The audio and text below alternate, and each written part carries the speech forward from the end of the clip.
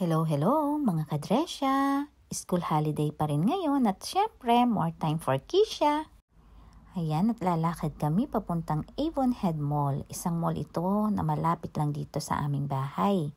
Kaya kami pupunta doon ay may slime booth. Paborito kasi ni Keisha ang slime at may pa-slime dito sa mall ng libre. Kaya tara, pasok tayo dito. Excited na nga si Keisha dito sa aming pupuntahan. Matagal pa itong naka-schedule ay minamarkahan na niya sa kalendaryo ko ito para pumunta kami dito. Ayan, merong booth dito. Tingnan natin. Hay, marami ng mga bata ang nakapila. Pila ka na dyan, Keisha. Ino-orient sila kung paano yung gagawin at nagkaroon sila ulit ng pila at nag-group by 7. Kaya waiting pa si Keisha. At ngayon, ang grupo naman ni Keisha. Siyempre, hindi ako pwedeng hindi magbibideo o magpipicture dito. Nagulat nga sa akin si Keisha, pumunta daw ako dito sa harap. Okay lang naman ito kay ate at kanina marami rin namang mga mami yung nagbibideo at nagpipicture. Hayan, at pinigay na ni ate ang kanilang mga materials na gagamitin. Excited lahat ng mga bata dito at ang mainam pa ay libre ito.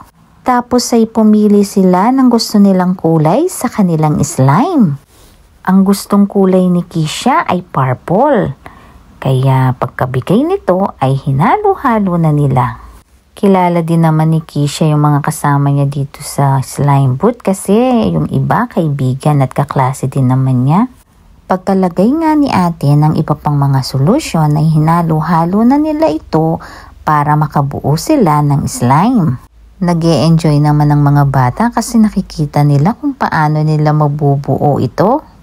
Ang sabi ni ate ay kapag dumikit na ito lahat sa popsicle stick at medyo parang naka-form na sila ng ice block, okay na ito. Yung kay Keisha, dahil purple ang kulay, parang halaya oh. Yung sa katabi naman niya ay kulay yellow.